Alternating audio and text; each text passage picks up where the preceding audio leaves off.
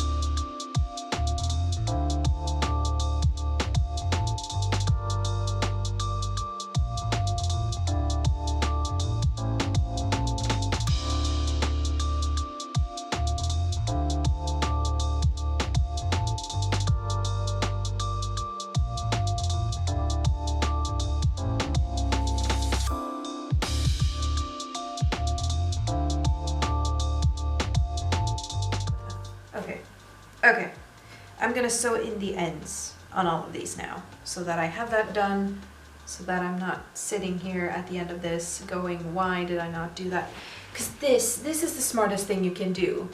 Like, you make a bunch, do the first row, sew in the ends. Do the second row, sew in the ends. Do the third and fourth, sew in the ends. Because when you sew in the ends on that last row, you're done. I don't have to think about these until I'm attaching them to each other, and that's nice. These, however, these are a nightmare.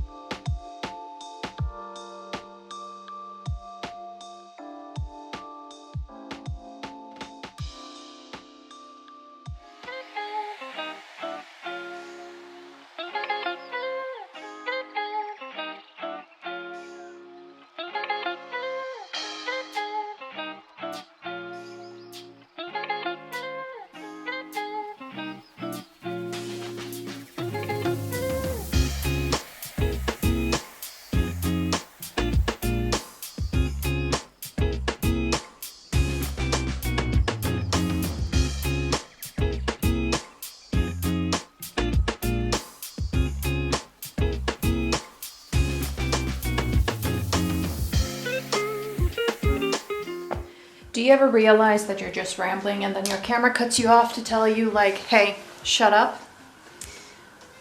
Me. But yeah, this is what I have so far. Now I've sort of, because I was in the middle of things, I had to toss everything aside. But these are my 3 currently finished pieces. Back piece, front piece, technically right sleeve, but it can be on any side. And then this is the start of the left sleeve or the last piece.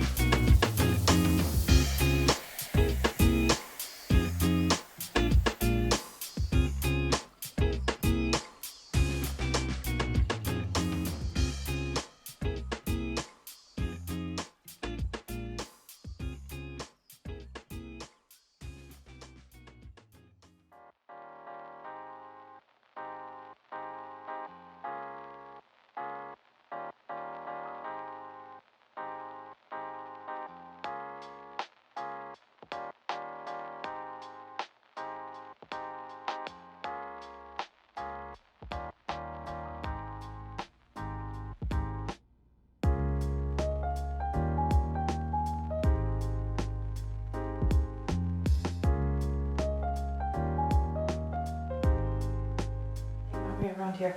I may have finished the shirt, and I thought I'd try it on. It's not finished. I shouldn't say that. It's not finished.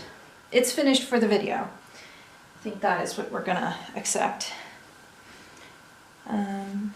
It's one piece. It's very short. I definitely should have had another row of squares, but because I wasn't sure how big the squares were gonna turn out, I stuck to the smaller thing. I think I'm gonna add like 2 or 3 rows of just black granny stitch at the bottom. This is what it looks like right now. Obviously, this is not great. I'm definitely gonna do something. Also, it's very split here. I don't know what happened. It's very short. Very, very, very short. So I think those extra rows are gonna do fine. The sleeves are good. The sleeves are really good. Except they're itchy. They're incredibly itchy. Because this thing needs so much extra work, this is not gonna be the video I post this week. It's gonna have to wait. I can't. This is not acceptable. Anyway, so this is the current status of this shirt. It's not terrible, like color-wise. I think it works pretty well. Like my favorites are still like this one, and where is it? That one, like the last 2 I did. Yeah, those 2 are my favorite. I don't mind this one or this one. This one is also kind of pretty. But yeah, so this is the current look of this, the current feel of it. Oh God, I need to take it off. It needs to come off. It is so itchy. Okay, we're back. I didn't film anything in between the last clip and now, so you're gonna have to excuse me while I put up my hair. But I've fixed this. It still doesn't quite feel right, but I'm thinking after blocking it, which I don't have time to do right now, but I think after blocking it, it's gonna look better.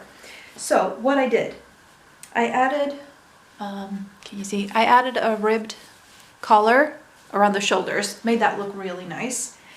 If I pull this down, I really like the look of it. So I'm thinking after blocking this, it's gonna look better because as you can see, all of the seams between the squares are still like pinching together because I haven't blocked that part. I added 3 rows of extra granny stitch at the bottom. I added 1 row around each sleeve to even that out. I actually like how this looks. I like how I think it'll look when it's blocked. But yeah, so this is what it looks like. And this is what the back looks like. Anyway, this thing is technically finished. I'm still going to wash and block it. Anyway, that's what I had to offer today. This stash bust. Why can't I speak? For today, this stash buster granny square granny stitch sweater crop top thingamajig. So if you have a lot of yarn you don't know what to do with, I recommend doing something like this. And it doesn't have to turn into a shirt. Granny stitch is really quick and easy to do, and doing the squares you can make like bags and hats and all kinds of stuff with that. So go nuts, go wild. Anyway, thank you so much for watching. If this is your first video of mine, feel free to subscribe. I do try to post a new video every week. And I hope to see you guys in the next one. Until then.